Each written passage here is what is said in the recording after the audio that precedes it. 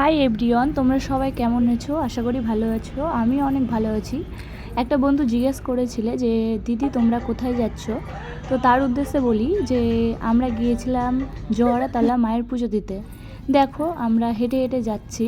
প্রথমে আমরা গাড়ি ধরেছিলাম, গাড়ি থেকে নেমে কিছুটা এগিয়ে আমাদের নৌকা পার করতে হবে। আর আমাদের নদীতে একটাই নৌকা যাচ্ছিল, তার জন্য লোকের কত ভিড় তোমরা দেখতেই পাচ্ছ।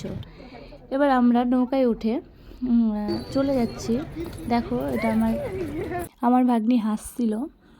হাসতে হাসতে আমরা চলে এলাম মায়ের মন্দিরে। কিছুটা এগিয়েই দেখো কি সুন্দর মেলা বসেছে।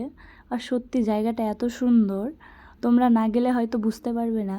তোমরা যদি কয়েকটা ছবি তুলে নিলাম। এই যে দেখো মায়ের মন্দির, এই আমার ভাগ্নি, এই যে আমরা তিনজন মিলে গিয়েছিলাম। দেখছো তো ছবিগুলো কেমন এসছে কমেন্টে জানিও।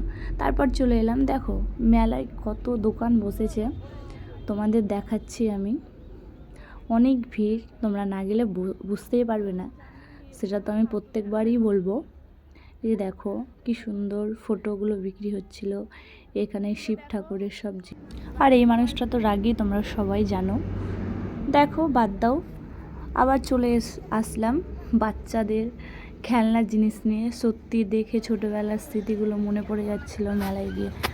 অত বড় ভিডিও করা অসম্ভব, তবুও ভিডিওটা বড় হয়ে গেল। কিন্তু তোমরা দেখো এই যে মায়ের মন্দিরের মেন গেট, অনেক দোকান বসেছিল, যেহেতু মেলাতে তো দোকান বসেই। তারপর দেখো আমরা চলে আসলাম কানের রিং নেওয়ার জন্য। আমরা দেখছিলাম, দেখতে দেখতে একটা পছন্দ হলো আমাদের, সেটা আমরা নিয়েই ফেললাম। দাম নিয়েছিল 40 টাকা, আমরা 2 জোড়া নিয়েছিলাম 80 টাকায়। সত্যি কানেরটা খুব সুন্দর লাগছিল। তারপর আবার কিছুটা পিক ক্যাপচার করে নিলাম। করে নেওয়ার পর আমরা চলে গেলাম কোল্ড ড্রিঙ্কস খাওয়ার জন্য। কোল্ড ড্রিঙ্কস নিয়ে নেওয়ার পর আমরা চলে গেলাম, এটার নাম আমি জানি না কি বলে, তোমরা যদি জানো তাহলে অবশ্যই কমেন্টে জানিও। আমরা এটাকে নিয়ে নিলাম, নিয়ে দাঁড়িয়ে আছি খাওয়ার জন্য অনেকক্ষণ ধরে। রোদের মধ্যে বুঝতেই পারছো একটু ঠান্ডা জিনিস না খেলে হয়। তারপরে এই কাকুটা খুব ভালো করে আমাদের বানিয়ে দিল। তারপর আমরা খাচ্ছিলাম। খেয়ে এটার নাম কি যেন সত্যিই জানি না, তোমরা অবশ্যই কিন্তু জানিও কমেন্ট করে। এই যে দেখো আমি আর নীলি খাচ্ছি একটু ঢং করে।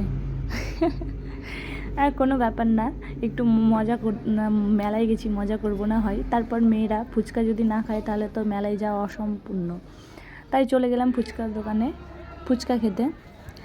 ফুচকাটা সত্যি কাকিমাটা খুব সুন্দর বানিয়েছিল, খেতে যা লাগছিল না কি বলবো। আর কিন্তু ফুচকার পরিমাণটা কম, 10 টাকার 5টা দিচ্ছিল, কিন্তু ভালো লাগছিল খেতে। ফুচকা খেয়ে নেওয়ার পর চলে গেলাম মিষ্টি খেতে। দেখো আমরা এখানে মিষ্টি নিয়ে নিয়েছি, কিন্তু আমার মিষ্টি খেতে ভালো লাগে না। নীলি আর এই মানুষটা মিষ্টি খেতে ভালোবাসে বলে এরা দুজন খাচ্ছিল। আমার তো ভেতরটা গুলাচ্ছিল, কারণ আমি কোনো দিনই মিষ্টি খেতে ভালোবাসি না। এ বলছে মাসি খুব সুন্দর খেতে। ভাগ্নি খাচ্ছে আর হাসছে, কোনো ব্যাপার না। হয়তো আমার ভালো লাগে না, অনেকের তো ভালো লাগতেই পারে, স্বাভাবিক ব্যাপার। তো এরা খাচ্ছিল, প্রায় মজা করেই খাচ্ছিল, আমাকে দেখাচ্ছিলো যে তুমিও খেতে শিখো, নাহলে তুমি দেখবা শুধু। তারপর আবার চলে গেলাম জিনিস দেখার উদ্দেশ্যে। এই মানুষটা দেখে না কেন ভিডিওতে। দেখো কি সুন্দর সুন্দর ফুল বিক্রি হচ্ছিল, নিতে ইচ্ছা করছিল, কিন্তু অনেক দাম চাইছিল বলে আমরা নিলাম না। এখান থেকে আমরা একটা হেয়ার ব্যান্ড নিয়েছিলাম, দাম নিয়েছিল 40 টাকা।